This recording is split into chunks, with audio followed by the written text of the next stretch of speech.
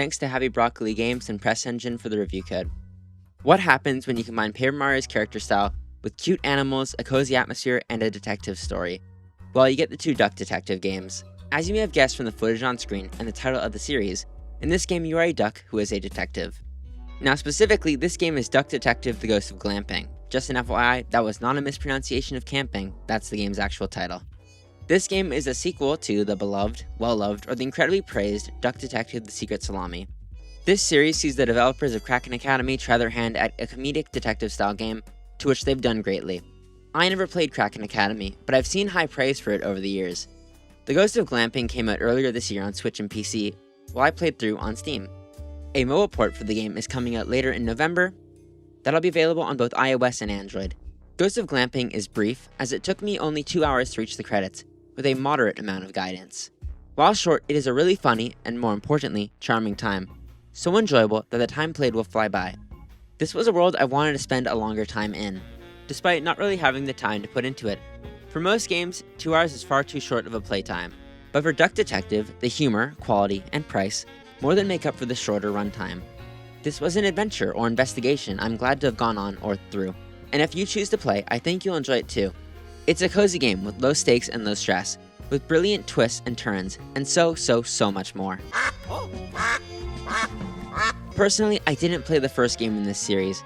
I do have it on my wish list, and I will play it as soon as I have the time now that I've beaten the sequel.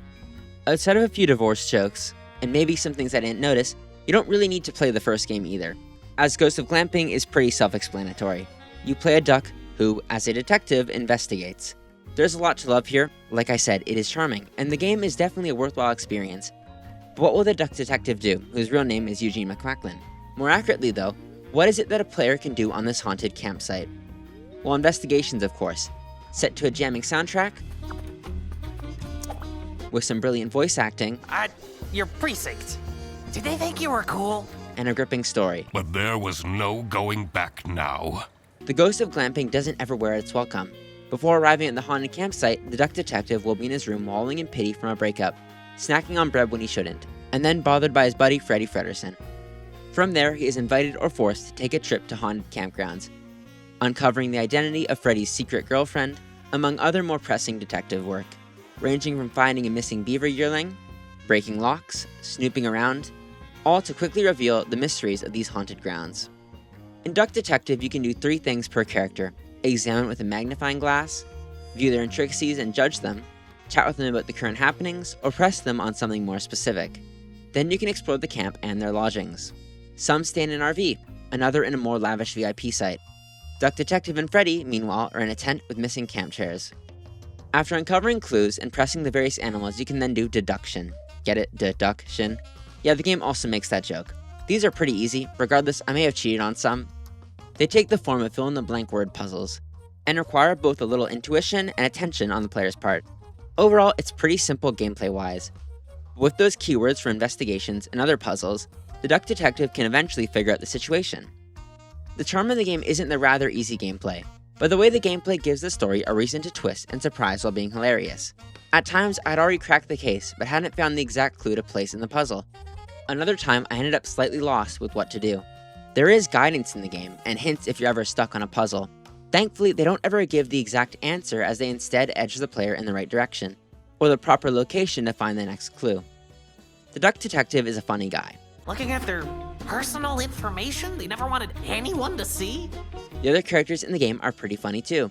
You've got Amelia Dinkle, a pigeon. She's extremely nervous, runs the campgrounds, and guides a tour of the haunted sanatorium. Then Matilda Eisenman, a beaver, former military and a strict mother. Her son Toby, who's obsessed with Magic Horn, this game's version of a Pokemon or Yu-Gi-Oh clone. After is Theodore Stumperton, a capybara, an old bum who's probably jobless. One of the most important ones is Cacciare, the deer, some say goat. She's somebody's girlfriend and constantly peeved over something. Last is Arnaud Bonnat, a bunny, chess live streamer, and an otherwise exceptionally vain personality. All these characters are funny. They're so interesting to follow, and they each have their own little mystery for the Duck Detective to reveal. Will our detective put someone in jail? Will he himself go to jail for unknown reasons? For reasons that he should have read his mail for? Will he uncover someone's family secrets? Or discover the truth about the camp's ghost?